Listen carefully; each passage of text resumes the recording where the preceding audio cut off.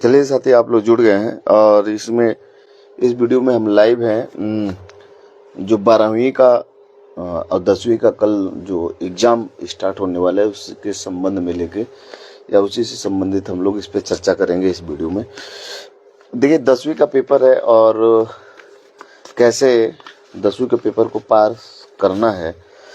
कई बच्चे जो है आजकल का तो बहुत दिक्कत है, क्लास भी नहीं जाते रेगुलर। क्लास भी जाए तो क्या करें, है ना। 8वीं में या अच्छे से पढ़ाई नहीं किए हो तो खैर ज़्यादा बहस न करते हो, क्योंकि समय नहीं है, ठीक है ना। आउट ऑफ सिलेबस बहस करने से कोई फ़ायदा नहीं है। तो हम लोग आज पता करेंगे। ये देखिए, यूपी बोर्ड का विद्या क्वेश्चन बैंक है और इसका एक हमने फोटोकॉपी कर रखी है। इस पे चर्चा होगी कि कैसे हम लोग कल का जो पेपर है सुबह में उसको पास करें। तो सबसे पहले देखिए, हमको पास करने के लिए हाई स्कूल में जो है 100 नंबर का पेपर में 30 नंबर आपका विद्यालय देगा। 30 में आपको 28 मिल सकता है, 25 मिल सकता है। बाकी के जो नंबर है 70 नंबर को आपका पेपर आएगा। 70 नंबर में आपको क्या करना है कि आप सबसे पहले कैसे 70 का 3 हिस्सा करिए। 3 हिस्सा लगभग 23 नंबर। 23 नंबर से 24 नंबर आपका पासिंग नंबर होता है, ठीक है ना। अगर 23 भी पाते हैं तो आपको पास कर दिया जाता है। हिंदी में आपको एकदम नहीं फेल होना है, ये हमेशा ध्यान है। और हिंदी में अच्छा आप कर देते हैं तो आपको बहुत ज़्यादा बेनिफिट मिलता है, क्योंकि ये परसेंटेज को इंक्रीज करता है, केवल पास ही नहीं करता है। लेकिन कुछ ऐसे बच्चे हैं जो पढ़े ही नहीं है साहब, वो भी चाहते हैं कि हम पास हो जाए। तो चलिए, एक हमारा छोटा सा अपना खुद का प्रयास है, इसमें मैं कोशिश करूंगा कि आपको, ठीक है। राधे राधे। प्रशांत यादव जी भटनी से है, आप जुड़े हैं, आपको बहुत बहुत धन्यवाद। तो 10वीं में जो बच्चे हैं उनको क्या करके क्या पढ़ के जाना चाहिए। तो देखिए, इसमें हमारे पास विद्या क्वेश्चन बैंक आप लोग ले लीजिए, उठाइए हाथ में। और सबसे पहले कि यहाँ पे है आपको 23 नंबर लाना है। तो 23 नंबर के लिए हम लोग कैसे क्या करेंगे। तो 23 नंबर लाना है, सुबह में लिखना है। 8:30 बजे से पेपर है। पहली बात तो आप 30 मिनट पहले आप चले जाएंगे और रात भर पढ़ने की कोशिश नहीं करेंगे। आइए, हम आपको ट्रिक कुछ मदद करने की कोशिश कर रहे हैं जो आपको बहुत ही मदद करेगा। जिसमें आपने पहली बात इसमें है, मेरे हाथ में मैंने ले रखा है विद्या क्वेश्चन बैंक का ही सिलेबस है, ठीक है। तो सबसे पहले आप क्या करिए, आपको 23 नंबर कैसे आएगा। तो सबसे पहले आप जो पेपर है उस पेपर को ले लीजिए। विद्या क्वेश्चन बैंक का एक हमारे पास पेपर है, मैं इसको खोल लेता हूँ। तो इसमें इसे खोलने से फायदा क्या है, इससे ये पता चलेगा कितने कितने नंबर का आता है, ठीक है। तो सबसे पहले आप उसमें उठा लीजिए कि आपका 1 मिनट, हाँ मिल गया। उसमें क्या है कि आपको पास कैसे होना है। तो सबसे पहले आप कल क्या करेंगे, मान के चलिए कि आप उन्हें पढ़ा नहीं है, हाँ, लेकिन हिंदी पढ़ने आता हो तभी आप पास हो पाए, हिंदी लिखने आता हो तो ही आप पास हो पाएंगे। पहले आप निबंध आप लिखिएगा, है ना। निबंध में आपका 7 नंबर का है। तो 23 नंबर में 7 नंबर आप बहुत ही आसानी से ला सकते हैं। और निबंध में क्या करिएगा, आप इंट्रोडक्शन किसी का भी लिखिएगा तो शुरू में आप उसके बारे में लिखना है। लास्ट में जो उसका उपसंहार लिखना है। उपसंहार मतलब उसका समाप्ति पे लिखना है कि इसका कारण लिख लेना है। किसी का देखिए कारण, निवारण और उसका उपसंहार, ठीक है। पहले उसका परिचय दीजिए, किसके बारे में। 4 कलम भी आप चलाएंगे तो आपको खूब बढ़िया से 7 नंबर आ सकते हैं। तो आप क्या करिए कि कोई भी देखिए, जो भी आता है, जनसंख्या वृद्धि आता है, स्वास्थ्य पे आता है, धार्मिक पर, सामाजिक, सांस्कृतिक निबंध आता है। तो 7 नंबर आप यहाँ से बहुत ही आसानी से कर सकते हैं। तो आप लोग क्या करिएगा, नहीं कुछ पता है तो आप सबसे पहले परिचय लिखिएगा, इंट्रोडक्शन डाल के, उसके बाद कारण, निवारण, और लास्ट में जो है आप उसको क्या कर लीजिएगा, कारण निवारण के बाद जो है आप उसको लास्ट में उपसंहार जरूर लिख दीजिएगा, ठीक है। मान के चलिए हमको ऐसे ही पेपर मिल गया और ऐसे बच्चों के लिए मैं ये वीडियो बनाया हूँ। दूसरी बात क्या करना है कि ये इसमें कुछ पढ़ना नहीं है, आपने पढ़ रखा है। जो कहीं कमा उमा रहे हो, अचानक आप पेपर देने आ गए, उन बच्चों के लिए, है ना, ठीक है। जबकि ऐसा इलीगल है, लेकिन ऐसे बच्चे आ जाते हैं यूपी बोर्ड में। तो ऐसे बच्चे क्या करें, निबंध को आप लोग तैयार कर लिए। दूसरी बात, पत्र लेखन आपका 4 नंबर का आएगा। तो पत्र लिखने वाला पत्र क्या लिखते हैं, सेवा में श्रीमान प्रधानाचार्य महोदय। और वही छोटे बच्चे जो कि हाई स्कूल के प्रारंभिक पहली बार एंट्री मारे हैं तो वही किताब, या किसी को बीमार हो गया तो लीव के लिए, छुट्टी के लिए मांगेगा, ठीक है ना। तो ये आपको लिख लेना है। तो आपका 7 और 4 नंबर सब्जेक्ट डाल दीजिएगा। थोड़ा सा अलग क्या आएगा थोड़ा सा अलग इसमें नहीं, हाई स्कूल में नहीं आता है। हाई स्कूल में पहली बार, इंटर वाले में थोड़ा सा अलग आ जाता है कि अपने तहसील में लिखिए या किसी प्रिंसिपल के पास, खेल विभाग के पास लिखिए, विभाग का दे देता है, किसी विभाग के पास लिखिए, है ना, हॉस्पिटल या कुछ जरूरत की सामान जैसे दवाइयाँ या खेलने का कुछ सामग्री मांगने होने का, तो उसमें सब्जेक्ट आपको बस डाल देना है। सेवा में श्रीमान और उसका एड्रेस डालना है, जिसका भी, जैसे मान ली किसी एसडी पब्लिक स्कूल आपने डाला, उसका एड्रेस, ठीक है, एड्रेस नहीं देना है और एड्रेस नहीं लिखना है। ध्यान रखिएगा, आप जब भी लिख रहे हैं नाम अपना नहीं लिखना है, किस जाति का बोध है, कोई धार्मिक संकेत आपको कॉपी पे नहीं देना है, ये हमेशा ध्यान रखें इसके लिए। और आपको लास्ट में नाम की जगह पे जो है आप XYZ नीचे लिखेंगे, है ना। तो आप क्या करेंगे, एक फ्रेप तैयार करते हैं। यहाँ से आप देखिए 7 और 4 11 नंबर आप यहीं पा गए, जबकि आप कुछ नहीं पढ़े। दूसरी बात, जो सबसे आसान जो इस समय हम बता रहे हैं आपको, देखिए आपको 11 नंबर यहाँ से आपको मिल जाते हैं। एक निबंध से 7 नंबर मिल गए, 4 नंबर आपको पत्र लेखन से मिल गए, 11 बचे आपके, 12 नंबर और लाने हैं। कैसे ला देंगे, मान के चलिए हम नहीं पेपर पढ़े हैं, फिर भी हम जाके देखिए कितने आसानी से पेपर आपको दिलवाने की कोशिश कर रहे हैं। मत, और ये ऐसे ही काम करिए, ज्यादा पढ़ के ओवरलोड लेके और परेशान मत होइए, ठीक है। दूसरी बात, आज ये सबसे पहले हिंदी गद्य में जो आएगा आपका, उससे हिंदी गद्य के एक तो इतिहास से देता है कि शुक्ल युग, छायावाद, यहूदी युग और तमाम प्रकार के रीत काल, आधुनिक काल और शुक्लोत्तर युग के बारे में दे रखा है। लेकिन उसके नीचे थोड़ा सा आएंगे तो आपको एक क्या दिया रहेगा कि आपको एक पैसे दिया रहता है, ठीक है ना, गद्यांश के रूप में दिया रहता है और उसका आपको 6 नंबर का रहता है। उसका 3 क्वेश्चन रहते हैं, 3 के पर क्वेश्चन जो होता है, मतलब गद्य रहेगा। गद्य मतलब कहानी टाइप का रहता है, ठीक है, जैसे मित्रता पाठ है, ठीक है। तो हाई स्कूल में देखिए निबंध पहले लिखेंगे, 7 नंबर यहाँ मिलेगा, पत्र लिखेंगे 4 नंबर यहाँ मिलेगा, 11 नंबर हो गए आपके। और गद्यांश आप देख लीजिए, तो गद्यांश आपको एक चीज हम ट्रिक भी बता दे रहे हैं गद्यांश के लिए। गद्यांश आपका 6 नंबर, तो 11 6 17 नंबर हो गया आपका, ठीक है। गद्यांश कैसे आसान है, आप क्या करिए ना, केवल शुरू के 4 जो गद्यांश है उसको पढ़ लीजिए। ऊपर के 4 टॉप के गद्यांश जो दे रखे हैं हाई स्कूल में, उसको पढ़े। जैसे पहला आप चैप्टर है मित्रता, तो मित्रता जो चैप्टर है, तो आप, हमारे पास तो है विद्या और क्वेश्चन बैंक हमने ले रखा है। और जैसे आप पैसेज पढ़ेंगे, मतलब पूरा मित्रता का कहानी, अगर समय मिले तो एक बार जरूर पढ़ लीजिए, नहीं भी मिला तो देखिए उसका पैसेज, चूंकि हाई स्कूल के बच्चों का रहता है केवल मित्रता, हाँ ये पता होना चाहिए कि मित्रता कौन पाठ है, उसके लेखक कौन है, ठीक है ना, ये आप जरूर ध्यान रखिए। एकदम ये वीडियो देख के जाइए, आप देखिए एक पासिंग नंबर करके आएंगे। हर विषय का हम लाइव रहेंगे, क्योंकि हिंदी से स्टार्ट किया, अगले विषय का हम पहले ही लाइव रहेंगे। और बच्चे जो पढ़ रहे हैं उनको ये वीडियो शेयर कर दीजिएगा। मुश्किल से 15-20 मिनट, आधे घंटे की वीडियो होगी, लेकिन इसको पढ़ने से आपको, तो मित्रता चैप्टर जैसे पढ़ेंगे आप, ऐसे मेरे पास तो है, जैसे आप पढ़ेंगे तो उस पैसेज जो होता है उसमें कहीं मित्र के बारे में, मित्र शब्द जरूर दिख जाएगा। पूरे पैसेज 6 लाइन का होगा, 7 लाइन का होगा, तो पक्का आप जान जाइए कि पहला पेपर, संदर्भ लिख लेंगे आप, ठीक है, संदर्भ नहीं रेफरेंस लिख लेंगे इंग्लिश में कि प्रस्तुत पाठ जो है हमारे हिंदी के गद्य संकलन से या गद्य के मित्रता नामक पाठ से लिया गया है, जिसके लेखक, उसका लेखक का नाम डाल देना है, ठीक है ना। तो उसके बाद प्रसंग में क्या है, आप पूरे मित्रता चैप्टर का ही आपको प्रसंग यही डालना है कि इसमें क्या है, एक मित्र की बहुमूल्यता को दिखाया गया है, या एक मित्र के जो है उसकी उपलब्धि के बारे में बताया गया कि एक मित्र, अच्छे मित्र का, अच्छे समाज का होना कितना जरूरी है। बस ये इतना नहीं लिखना है, एक अच्छे मित्र के बारे में प्रसंग में यही लिखना है। दूसरा आ जाता है व्याख्या करना है, तो उसके आगे जो है चैप्टर है ईर्ष्या तूने गई मेरे मन से, ऐसे करके चैप्टर, तो बार बार उसके पेज आप देखेंगे ईर्ष्या करके आया है, तो आप जान जाएंगे। शुरू के 4 चैप्टर से 4 से 5 आपको एकदम 100% गारंटी लिख के देता हूँ ये। और पैसेज में लिखना कैसे है, जैसे मान लीजिए हम पढ़े ही नहीं है, ठीक है, तो उसको कैसे देना है आपको, तो क्या करना है हाई स्कूल में, जैसे मान लीजिए दिया होगा कि सीमा अपने स्कूल, सीमा कोई लड़की का नाम है, या रीमा ले लीजिए, रीमा अपने स्कूल जो है रोज जाती है, तो अब रीमा अब इंग्लिश में भी हम बताएंगे कैसे चेंज कर लेना है। देखिए हमको नई कहानी ही नहीं पता, मैं ऐसे लेकिन 4 चैप्टर का केवल नाम और उसका राइटर जरूर याद कर लीजिएगा, ठीक है ना।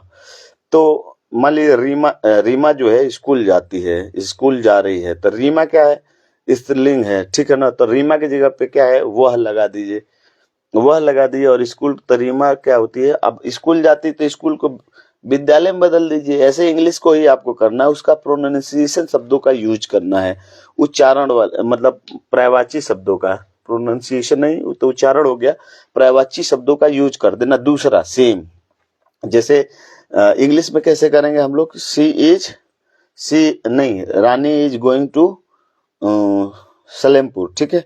तो रानी लड़की है तो रानी की जगह पे हम सी लिख देंगे। मान लिया आपको टेंशन का ज्ञान नहीं है, लेकिन इतना ध्यान रखिए कि रानी अगर नाम आ गया तो महिला है तो उसका लिंग ही चेंज कर देंगे, प्रोनाउन लगा के। लिंग नहीं चेंज करेंगे, मतलब लिंग के अनुसार लगाएंगे। जैसे अगर रीमा है महिला है तो सी लगा देंगे, C is going to Salempur. Salempur की जगह पे आप मार्केट लिख दीजिए, सीधा आपका वो एक्सप्लेनेशन हो गया। बाकी कुछ टीम टाम करने की जरूरत नहीं है ना, है ना। सीमा इज गोइंग टू सलेमपुर, तो गो हटा दिए, रीच कर दिए, रीच मैंने पहुंच गई, है ना, रीच हो गया। अगर उसी के सेम मतलब मीनिंग में हम लोग आसानी से जवाब दे सकते हैं। अगर गोइंग है तो रीचिंग कर दीजिएगा, रिच सलेमपुर हो जाएगा, रीचिंग हो जाएगा, है ना, रीचिंग हो जाएगा, रिच हो जाएगा, है ना। या वाल्क वाल्क फास्ट कर दीजिए, है ना, तेजी से, धीरे नहीं टल रहा है, वाल्क क्या कर दीजिए, फास्ट कर दीजिए। देखो वैसे ही आपको हिंदी में भी क्या करना ना है कि गद्य में आप आसानी से मित्रता नामक पाठ से लिया गया, इसके राइटर ये है। तो बहुत बच्चों को ये शेयर कर दीजिए वीडियो। तो आप देखिए निबंध हमने बताया आपको इस वीडियो में, जो देर से लाइव में जुड़े शुरू की वीडियो जाके देख लेंगे तो वहां से आपने 7 नंबर पाया। पत्र लेखन में आपने क्या किया, आपने ये 12वीं के बच्चों के लिए भी लाभ हो जाएगा, 12वीं के बच्चों के लिए हम कर दे रहे, लेकिन सेम ही रहेगा, ठीक है ना। वो भी यही काम करेंगे, पत्र लिखने के लिए करे काम आप, तो 4 नंबर यहाँ से आ गया, है ना। हर तो 7 4 11, और हमने बताया ये गद्य आप लिखेंगे तो 6 नंबर का यही आता है, 11 6 हो गया आपका 17 नंबर, है ना, 17। और अभी आपके ये देखिए बहुत आसान है, कोई बच्चा अगर कोई भी आया हो और वो चाहता है तो लिख देते, ये देखिए आपका 17 नंबर हो गया। 17 नंबर ये गद्य का जैसे हो गया है। उसके बाद क्या देंगे यहाँ पे, एक देखिए कुछ एक गद्य का एक वो दे रहा है। चलिए और आगे आते हैं, नीचे आते हैं हम लोग, तो कुछ और इसमें दिखाते हैं आपको। मान ली पत्र वाला हो गया। संस्कृत का श्लोक अगर याद कर लीजिए रात भर में, जैसे सर्वमंगल मांगल्ये शिवे सर्वार्थ साधके शरणे त्र्यंबके गौरी नारायण नमस्ते, जो भी याद है एक श्लोक हिंदी का होना चाहिए, ऐसा नहीं कि उसी सिलेबस का होना चाहिए। आप कोई भी श्लोक अगर याद है, कोई धार्मिक भी याद है, उसको लिख सकते हैं। जैसे मैं यहाँ पे बता रहा हूँ, और सर्वे भवन्तु सुखिनः सर्वे सन्तु निरामया सर्वे, चूंकि बच्चे पढ़े नहीं है तो इसकी मात्रा भी नहीं लगा पाएंगे, ना लिख पाएंगे, लिखना बड़ी मुश्किल है। तो आप क्या करेंगे, उसके लिए श्लोक आप गूगल पे सर्च मारेंगे और कोई अच्छा सा श्लोक जो इजी है, 2 लाइन में 2 उसका चरण हो, ठीक है, उसी में आप उसको लिख देंगे तो यहाँ से आपको 2 नंबर, तो 17 2 आपका हो जाएगा। जीवन परिचय आएगा। जीवन परिचय में देखिए क्या करिएगा, किसी का भी दो जीवन परिचय में आपको दे रखा है इसमें, 1 मिनट, कहाँ गया ये अनुवाद, हाँ, ये 4 नंबर का एक आ रहा है, ठीक है, 5 नंबर का आ रहा है, जीवन परिचय और प्रमुख रचनाएं 5 नंबर का आ रहा है। तो 5 अगर देखिए यहाँ पे आप नंबर बहुत आसानी से चुरा सकते हैं। तो हमने 17 नंबर का बताया, और यहाँ पे देखिए लेखक परिचय और कवि परिचय में आपको क्या करना है, सबसे बड़ा ट्रिक यहाँ पे कैसे आजमाना है। अब बच्चों के साथ ये सब साझा करिए, अगर आप समय दे रहे हैं तो बच्चों को ये सब चीजें बतानी चाहिए, नहीं तो बच्चे पढ़ याद कर करके, और ट्रिक नहीं रहता है। आज पढ़ने से थोड़ी होगा, आज क्या करना रहेगा हम लोग को, आज केवल ट्रिक अपनाना है, कैसे हम लोग पास हो जाएं। तो दूसरी बात आप क्या करेंगे यहाँ पे कि लेखक का जीवन परिचय में जो कवि परिचय है और लेखक, ठीक है, जो कहानी लिखता है उसको लेखक परिचय कहते हैं, जो कविताएं और पोयम की काव्य की रचना करता है उसे हम कवि कहते हैं, ठीक है ना। तो अब देखिए यहाँ पे हम लोग 10 नंबर कैसे आसानी से ले सकते हैं। तो 17 नंबर के बाद ये 10 नंबर जैसे आप फाइनल करते हैं तो आपका हो जाएगा 27 नंबर। 23 नंबर आपको लाना ही है, ठीक है। बाकी आपको काव्य नहीं आ रहा है, नो, कोई प्रॉब्लम नहीं है, कोई दिक्कत नहीं है। साहित्य का, इतिहास का कोई ना कोई आप बहुविकल्पी करिएगा तो जरूर टिक मार दीजिएगा, आपको आए या ना आए, है ना। रस छंद अलंकार आपका अलग है। फिर भी आप देखिए, इस पे हम पूरे चैप्टर का ही अब चर्चा कर लेते हैं। दूसरी हम लोग बात कर लेंगे गद्य का लेखक परिचय तो कैसे करें। देखिए, किसी का, जैसे मैं एक लेखक परिचय आपको बताता हूँ। जैसे जयशंकर प्रसाद जी का जन्म सन 1889 ईस्वी में हुआ था। इनके पिता बाबू देवी प्रसाद काशी के प्रतिष्ठित धनाढ्य व्यक्ति थे। बचपन में ही माता पिता की मृत्यु हो जाने के बाद इनकी जो अंतिम शिक्षा दीक्षा उनके माँ के देख रेख में हुई। इन्हें भाभी और भारिया के देख रेख में हुई, और भाभी और भारिया की भी मृत्यु हो जाने पर असमय मृत्यु हो जाने पर उनके ऊपर पारिवारिक या पहाड़ जो हो गया टूट पड़ा। ठीक है, तो आप उसमें क्या करेंगे,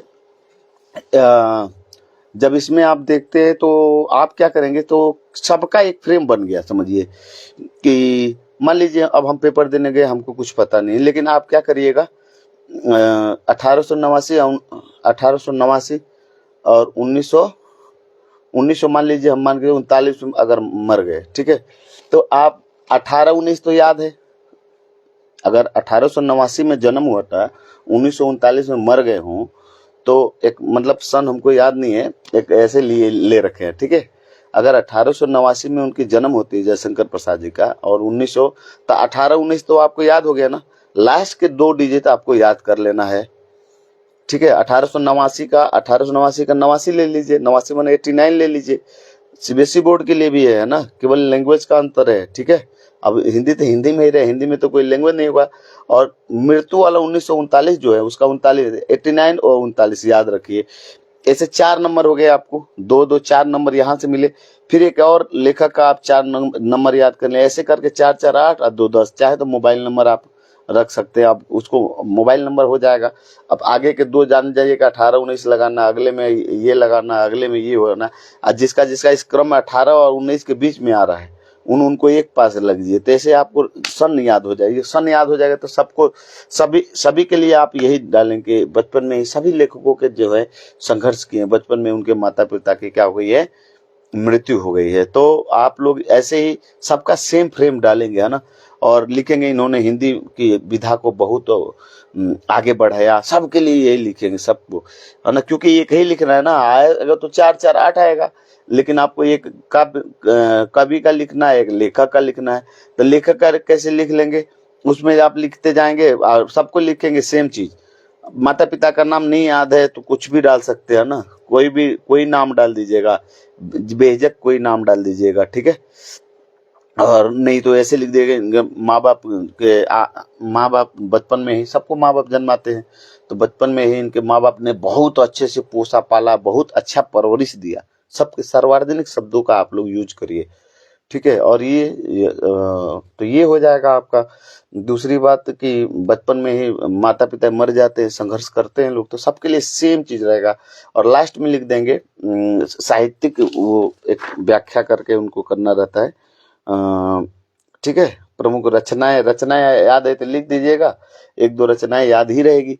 चलिए, तो आगे लिखे साहित्यिक अवदान में आप लिखेंगे, या उसका थोड़ा सा नीचे लिखते हैं, जब उनकी मृत्यु हो जाती है तो मृत्यु कैसे कराते हैं, सबका एक जैसे जन्म कराते हैं, सबका एक जैसे मृत्यु कराते हैं, सबका एक जैसे 3 फ्रेम में, अगर जीवन परिचय है उसके 3 फ्रेम में उसको तोड़ दीजिए। ठीक है, पहला फ्रेम में क्या करना आना है, किसी भी कवि या लेखक का उसको जन्म कराना है। दूसरे फ्रेम में उसका एजुकेशन का पूरा करवाना है, मतलब शुरू से लेकर और लास्ट में खत्म करवाना है। तीसरे स्टेप में क्या करते हैं, उसको बीमार करवाएंगे, और बीमार करवा के उसको क्या करना है, हमको डेथ करवा देना है। डेथ मैंने मृत्यु को उसको, या स्वर्गवासी हो गया, है ना, उनको सबको लिखना है स्वर्गवासी हो गया। ठीक है, अच्छे शब्दों का प्रयोग करना है। ठीक है, तो एक जीवन परिचय का हिस्सा, और लास्ट वाला हिस्सा जो होगा वो होगा आपका रचनाएं का रह जाएगा, और साहित्य में अवदान रह जाएगा। उसमें थोड़ा बहुत, या साहित्य अवदान पहले लिख दिया, रचनाएं बड़े। तो मैं इसका एक फ्रेम दे रहा हूँ। तो क्या सबको जन्माना कैसे है कि बचपन में ही, अगर सन याद है 1889 इनके हुआ था, इनके पिता काशी के बहुत धनाढ्य व्यक्ति थे, अगर याद है तो ठीक है, नहीं तो सबको लिखने हैं। इनके पिताजी है, इनको बहुत अच्छे संस्कार और दिए उस समय के परिवेश में, जिससे ये उस समाज का इनके ऊपर बहुत ही अच्छा प्रभाव, गहरा प्रभाव पड़ा, जिसके कारण बचपन से ही इनके अंदर शब्दों का संख्या, जिसके पास शब्द रहेगा बोलेगा। ठीक है, गलत भी हो सकता है कोई हर एक चीज में, और हर एक चीज में पॉलिटिकल हमको भी नहीं होना चाहिए, ठीक है ना। आपसे बहुत कम करेंगे हम, लेकिन जो कमियां रहेगी हम लोग उस पर चर्चा करेंगे, क्योंकि शिक्षा विभाग भी का बजट भी लीडरशिप से आता है। खैर छोड़िए उसके बाद।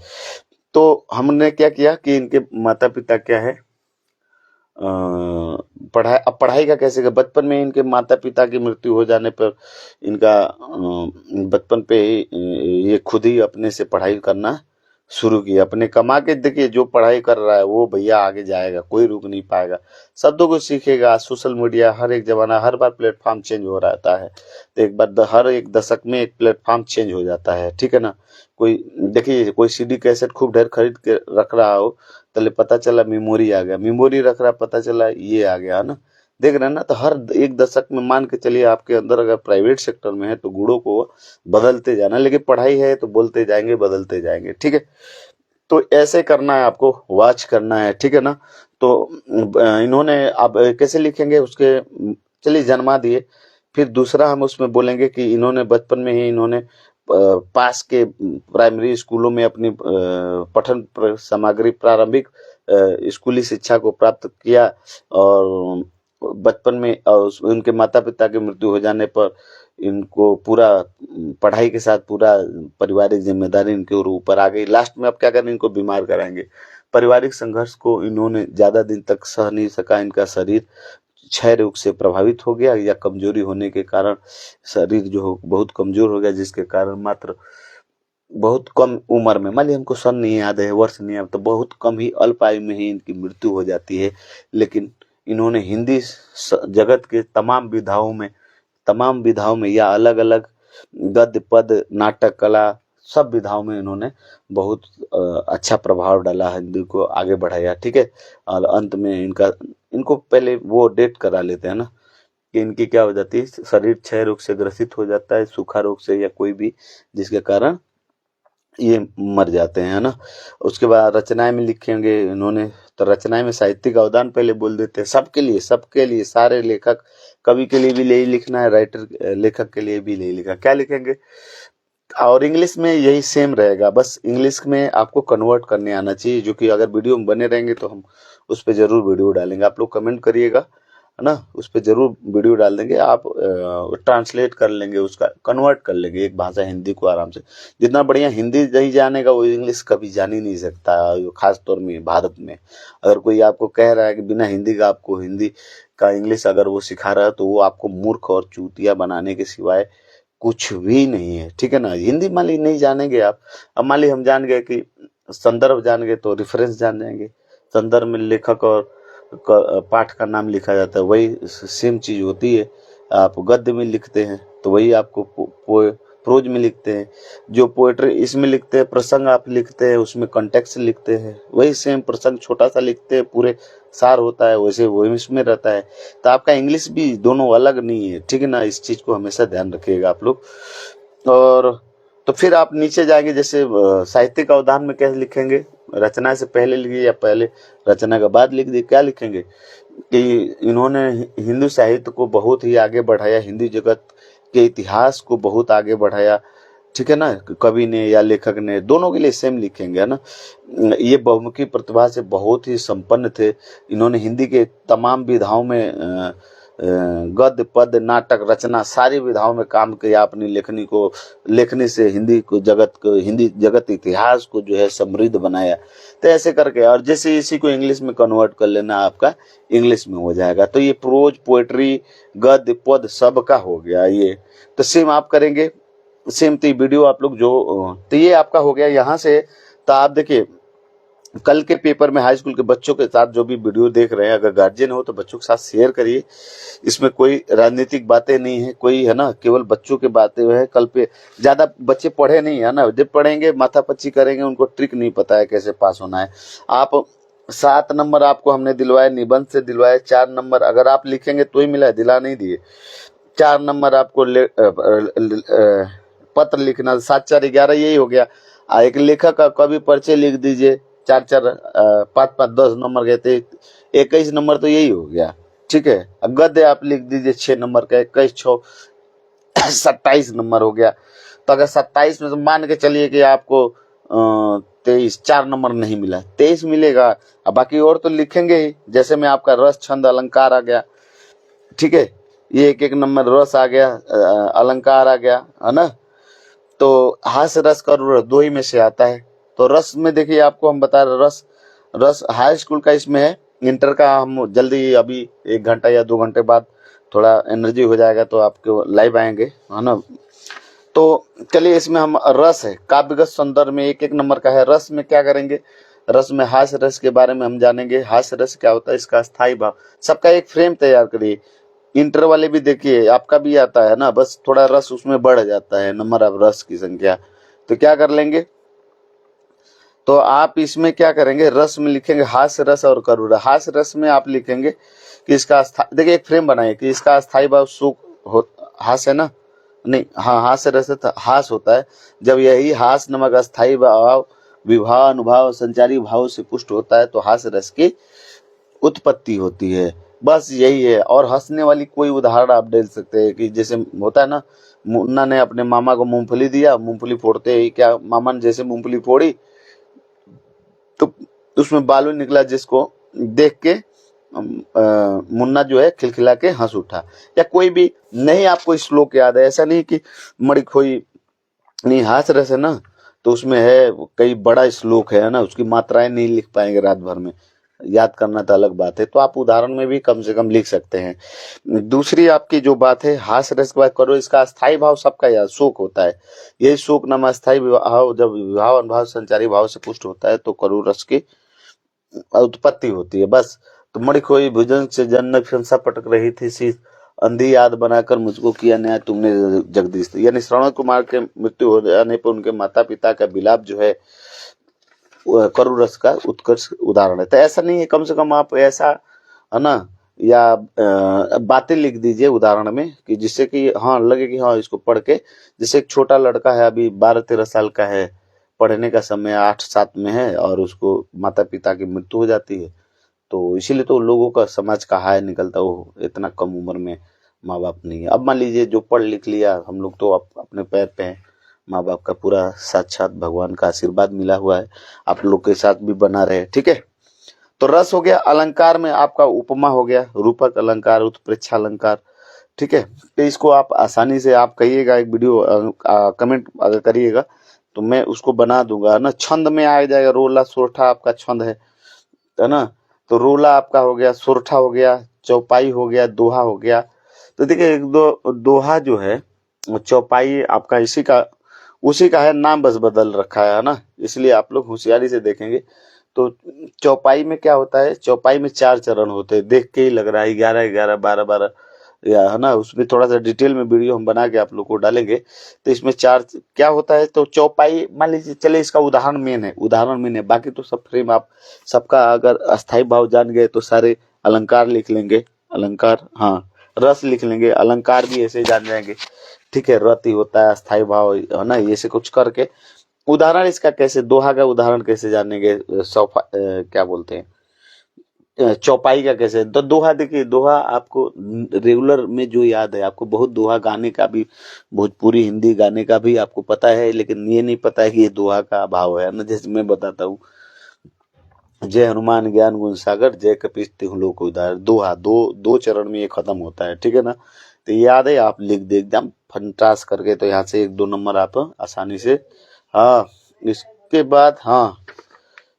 बाद जो है आप क्या करेंगे, दोहा चौपाई चरण में आप क्या करेंगे, 4 चरण होते। चौपाई मान लीजिए आपको याद नहीं हो पाएगा, मात्राएं नहीं हो पाएगी रात भर में, तो क्या करेंगे, श्री गुरु चरण सरोज रज, निज मन को सुधार, बरनौ रघुबल विमल जसु, जो जावत फलचार, इसको करके आप लिख सकते हैं। तो ये देखिए, रस छंद अलंकार में से आप 1-1, 2-2 नंबर अगर चुराते हैं ना। उपसर्ग में आता है, और उपसर्ग में आगे जो होता है उपसर्ग, और उसके बाद आएगा समास, है ना, द्वंद्व द्विगु। तो इसका वीडियो तो हम लंबा बनेगी, ठीक है। अभी तो बच्चों के लिए ये है कि इसको देख ले तो कुछ दिमाग में चल जाए ना। उपसर्ग में आगे बस लगा के अधि है तो अधिकार, अधिकार हो गया, और से 2 शब्द बनाते हैं, है ना, अधिक, अधिक हो जाएगा, अधिकार हो जाएगा। जैसे यहाँ दे रखा है अन्न दे रखा है, तो अन्न से आपको दो शब्द बनाने हैं ना, जैसे अन्न, अन्न क्या हो जाएगा, अन्न, अन्न कन्न, या ऐसे ही कोई भी दो जो आपको लगे कि हम इसका बोल सकते हैं ना। अभी का है तो अभिसार हो जाएगा, अभिमान हो जाएगा, अभी, है ना, कई सारे हो सकते हैं, आप भी कमेंट करिएगा जो आपको है। सु से है तो सुरेश, सूरज, सुरेंद्र, सुकुमार, कुछ भी आप लिख सकते हैं। तो बहुत आसानी से जो नंबर होते हैं, उसके बाद संस्कृत में है तद्भव, और ये सब है, वाक्य का स्वरूप है। तो आप देखिए ना, 27 क्या आप 37-40 नंबर का बड़ी आसानी से 70 में कर ले जाएंगे। और जो लड़के पढ़े हैं वो क्या करे, पद्य में भी सूर बाबा का आपका है ना। तो संदर्भ प्रसंग जरूर लिख दीजिए, और रेगुलर आप गाने जो सुनते हैं ना हाई स्कूल में, वही होता है। जैसे बाबा का है, दास जी का है, सूरदास तुलसीदास जी में देखिए एक चीज बताते हैं। देखिए सूरदास तुलसी बाबा के बारे में, तुलसीदास जी बाबा नहीं बोले, लेखक है, ठीक है, हिंदी जगत को आगे बढ़ाएं। हिंदी देखिए, हिंदी किससे ज्यादा लोग सुनने की कोशिश कर रहे हैं, उसी बात को लेके। तो सूरदास जी, तुलसीदास जी, और तो उनका पद काव्य जो आएगा उसके लिए एक बात हम बताते हैं, ठीक है। आप लोग बच्चों को ये वीडियो जरूर शेयर कर दीजिएगा कि सूरदास तुझे संदर्भ कैसे ले, प्रसंग लिख देंगे, संदर्भ दो नंबर हम आपका कंफर्म, 2 तो 4 नंबर कंफर्म कराते हैं काव्य को लेके। देखिए क्या करेंगे आप कि जो सूरदास जी वाले में लिखेंगे, तो सूरदास जी, सूर बाबा जो है अपने कृष्ण जी के बारे में लिखे हैं। मतलब कृष्ण को सगुण ब्रह्म और निर्गुण, हिंदू में जो हिंदी में जो है 2 प्रकार के ब्रह्म की उपासना किया गया, सगुण ब्रह्म और निर्गुण ब्रह्म। तो सगुण ब्रह्म में जो है, जिसमें एक शरीर को पात्र माना जाता है, जैसे कृष्ण को मानते हैं। निर्गुण ब्रह्म में किसी का रूप और अलंकार, जैसे धन निरंकार वाले घूमते हैं सर, जय धन निरंकार, उसमें ओम को शक्ति मानते हैं या हवा को ही भगवान मानते हैं लोग, है ना। तो अभी हमारे जो बुक में दे रखा है वो क्या है, सगुण ब्रह्म की उपासना के लिए बारे में दे रखा है। सगुण ब्रह्म की उपासना में हम लोग देखेंगे, यहाँ पे दे रखा है आपको कि सगुण ब्रह्म में जो सूर बाबा है, सूरदास जी है, वो देखिए सूरदास जी को और तुलसीदास जी को समझने के लिए उनके रामचरितमानस जो भी पाठ है, किताब है, उसको समझने के लिए उनके लिए दिमाग, उनके जैसे दिमाग चाहिए, है ना। अब पढ़े लिखे हो नहीं, शब्दों का गेमिंग नहीं समझ रहे हो और चले जा रहे हो कि ये वो है। अरे वो तो जब हम नहीं पढ़े रहेंगे तो यूज करेगा ही। तो चलिए हम पहले इसका 2 नंबर 4 नंबर आपको यूज करना कैसे मिल जाएगा। तो आप सूरदास को जब भी जो कृष्ण के बारे में अगर पढ़ने से लग रहा है कृष्ण और के आ रहा है, तो जानिए इसके रचयिता जो है सूरदास जी हैं।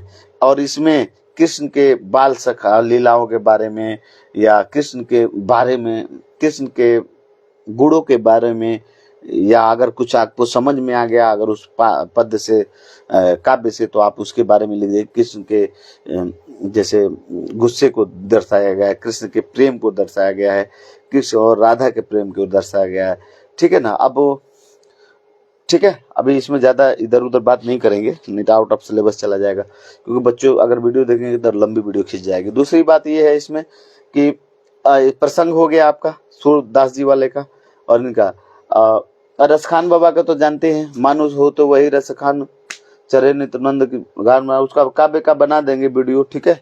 इस बार से शुरू की है, पढ़ाई का ही हम लोग रखें, ठीक है। राजनीति कितना भी किसी को बोल लेंगे, कुछ कर लेंगे, जब तक बच्चों को नहीं हम लोग पढ़ाएंगे तो बच्चे पढ़े लिखे संस्कारी बच्चे चाहे किसी पार्टी तभी कुछ होगा। अभी तो बहुत कुछ दूर दूर तक राजनीतिक में, है ना, चाहे किसी भी पार्टी में रहे तो उसका दिक्कत है। तो अब आते हैं हम लोग कैसे लिखेंगे तुलसीदास जी वाला, उसका कैसे लिखेंगे या बच्चों से। तो तुलसीदास जी का आप क्या करेंगे कि उसमें राम जी के बारे में उन्होंने लिखा है, ठीक है। उनका रामचरितमानस फेवरेट आप लिख दीजिए, लेखक परिचय में आ जाए तुलसीदास जी, ठीक है। राम के राम लला लच्छू, राम से संबंधित 2-3 गो रचनाएं लिख दीजिए। देखिए यहाँ पे रचनाएं भी है, सूर बाबा, सूर सागर, सूर सूरावली, सूर ऐसे करके है, 2 गो तो आप लोग गीतावली ऐसे करके है, सुर सुर सुरावली, सुर सुर सुर पहले आता है, ठीक है, उनके सुरावली, ठीक है। इस चीज को ध्यान रखिएगा ना। और तो आप देखिए ना, यहाँ रचनाएं भी हम लोग लिख ली। सूरदास तुलसीदास जी का आ गया, रचना लिख दीजिए आप। तुलसी महाराज जी जो है, तुलसी जी का जो है क्या है, हाँ, रामचरित मानस, राम के बारे में दिया तो लिखेंगे। इसके इस काव्य के रचयिता जो है तुलसीदास जी हैं, और इसमें भगवान राम के, पुरुषोत्तम राम के बारे में उनके बताया गया है ना, या उनके गुस्से के रूप को दिखाया गया, उनके अपने भाई के प्रति, दोस्त के, मित्र के प्रति वफादारी को दिखाया गया है। ये प्रसंग हो गया। और बाकी व्याख्या में क्या करना है आपको, उसी संबंधी आपको हिंदी में तो लिखना है व्याख्या। काव्य है तो भी तो जान गए, राम के बारे में ही कुछ लिख दीजिए। पक्का है, पक्का राम अयोध्या मंदिर और इससे संबंधित है, तो जो राजा होता है वो अपने ही प्रकार के सिलेबस को भी जारी करता है, तो इससे संबंधित आपको शब्दों को रखना पड़ेगा ना, कोई भी, क्योंकि वो अब वैसी विचारधारा को आगे बढ़ाएगा जिससे उसकी सरकार बनी रहे। कोई भी किया है ना, जो इसको विरोध करेगा तो उसको, तो ये हो गया आपको। तो हमने आपने देखा कि कितने नंबर का आपने कर लिया निबंध रचनाएं। निबंध आपने 7 नंबर का हमने बताया आपको। इस वीडियो को देखिएगा, शेयर कर दीजिएगा। 4 नंबर का आपने लेटर राइटिंग को हमने बताया। 7 4 11 नंबर का, ठीक है। आपको जीवन परिचय दोनों का 5-5 10 नंबर का हमने बताया। तो 10 27 यही पास हो गए आप हिंदी में। दूसरा आपको है और हिंदी अभी संस्कृत छोड़ रखे है ना, संस्कृत गद्य उद्य का छोड़, उसमें वो वाराणसी नगरी करके उसमें से आता है। उसमें कई सारे शब्द संस्कृत में देखिएगा कि, है ना, कई सारे हम एक बार चर्चा करेंगे, है ना आप लोग। तो ये देखिए, पद्य वाला हो गया, पद्यांश और गद्यांश 6 12 नंबर के, ये होता है 27। अब 12 आपका 7 2 9 10 मान के चलिए, 27 और 12, तो 27 12 कितना हो जाएगा बताइए आप लोग। तो 27 20 30 39 हो जाएगा, ठीक है ना। 39 40 नंबर ये हो गया। उसके बाद यहाँ रस में से 2 नंबर निकाल लीजिए, 1 नंबर। अलंकार में से, छंद में से निकाल लेंगे, उपसर्ग में से निकाल लेंगे, है ना। और तो इधर मिला के आप 10, तो 50 नंबर तो यही कर लिए भाई साहब आप। पेपर इसी वीडियो में बने रहिए। और बच्चों का जो है उनको इसलिए हमने वीडियो बनाया कि बच्चे बहुत परेशान रहते हैं और बहुत टेंशन भी रहते हैं ना, पढ़े नहीं रहते हैं, ठीक है। आजकल का पढ़ाई भी जाति और धर्म देख के, आज छोटे छोटे बच्चे कोचिंग पढ़ने आ रहे हैं तो कह रहे हैं किस जाति के हैं, तो बड़ी दिक्कत है ना। आप लोग बच्चे को अभी शेयर कर दीजिए, हाई स्कूल में जो हो, इंटर में हो, जिसका हाई पेपर है 12वीं में हो ना। आप सभी लोग जुड़े रहिए। मैं हूँ गोविंद सदा और अनुभव अपना शेयर करूंगा। सबको जय हिंद और नमस्कार, प्रणाम।